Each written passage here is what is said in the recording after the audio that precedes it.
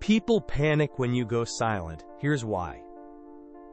What if I told you that the most powerful move you could ever make is to say nothing, not a word, just silence? Sounds simple, right? But here's the twist. That silence, it shakes people. It exposes the truth. It changes everything. Let me explain. Have you ever noticed how some people walk into a room and change the entire vibe without even speaking? They don't yell, they don't plead, they just withdraw. And suddenly, the air shifts. People start questioning, chasing, wondering. Why? Because silence, when it's intentional, speaks louder than any outburst. It's not about disappearing. It's about disrupting. Now imagine this. Instead of reacting to every message, every slight, every emotional poke, you pause. You choose retreat over reaction, stillness over struggle. What do you think would happen? The world, your world, would go into panic mode. Why? Because people don't know how to handle you when they can't predict you. They're used to controlling you through your responses, through your impulses, through your yeses. But the day you step back, the game changes. And the people who thought they knew you suddenly realize they never did. Here's the raw truth. You've been trained to be too available, emotionally, physically, mentally, always ready, always responding, always on. But that constant availability, it's not kindness. It's a cage. Because when you give yourself away, piece by piece, just to keep the peace, you end up with nothing left. Just exhaustion, frustration, that empty, hollow feeling you can't explain, and you wonder why you're so tired. It's because you're offering VIP access to people who don't even deserve a glimpse of your silence. Now let's be clear. This isn't about turning your back on the world. It's about choosing yourself. Carl Jung called it individuation, the process of becoming whole, real, complete. And it begins with this: understanding that silence is not weakness, it's wisdom. When you withdraw, not to escape, but to preserve, you are stepping into power. Let me ask you something. Who gets irritated when you don't respond right away? Who gets desperate when you pull back? Who tries to trigger you just to get a rise? That's not about you.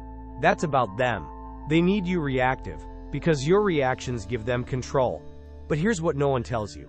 Every time you react automatically, emotionally, impulsively, you hand over your energy like it's free. It's not. Some people only value you when you're useful, a distraction, a cheerleader, an emotional support system. But the second you say no, they say you've changed. Not because you did, but because you stopped being convenient. And here's the harsh part. The more available you are, the less they value you. Because people don't treasure what's always there. They use it. Jung spoke about the persona, the mask we wear to be loved, accepted, approved. You wear it too, don't you? Saying "I'm fine" when you're falling apart, replying immediately, even when you're drained, explaining yourself over and over, like you owe the world a reason for protecting your peace. But every time you put others first, you abandon yourself. That's not selflessness. That's self-erasure. Here's the truth that stings. The more you try to be everything to everyone, the more invisible you become to yourself. Being always there might feel noble, but it's a quiet form of self-destruction. And guess what? The people who demand your constant presence don't want you. They want what you provide. Attention, validation, relief. So when you change, they get angry. Not because you've done something wrong, but because you've stopped being useful. You think you're in control, but most of your reactions are just programming. People push the same buttons, and you react the same way. Over and over and over again. Jung called it projection. They don't see you. They see the version of you that serves them. And the moment you stop playing along, the mask falls. And now they don't know how to deal with you, because they're finally forced to face themselves. And not everyone is ready for that. Let's talk about silence. True silence. Not avoidance. Not passivity, but power. Silence that says, I choose when and how I engage. Silence that makes people nervous, because it takes away their script. In silence, you stop reacting, you start seeing, and when you see clearly, you stop playing their game. But let's be honest, silence has a cost. It'll make people uncomfortable. They'll call you cold, arrogant, distant. Why? Because they can't use what they can't access. But remember this, you don't owe your peace to anyone. And your silence, it reveals more about them than your words ever could. So here's the question. How long will you keep reacting? How long will you let others pull your strings? Maybe it's time.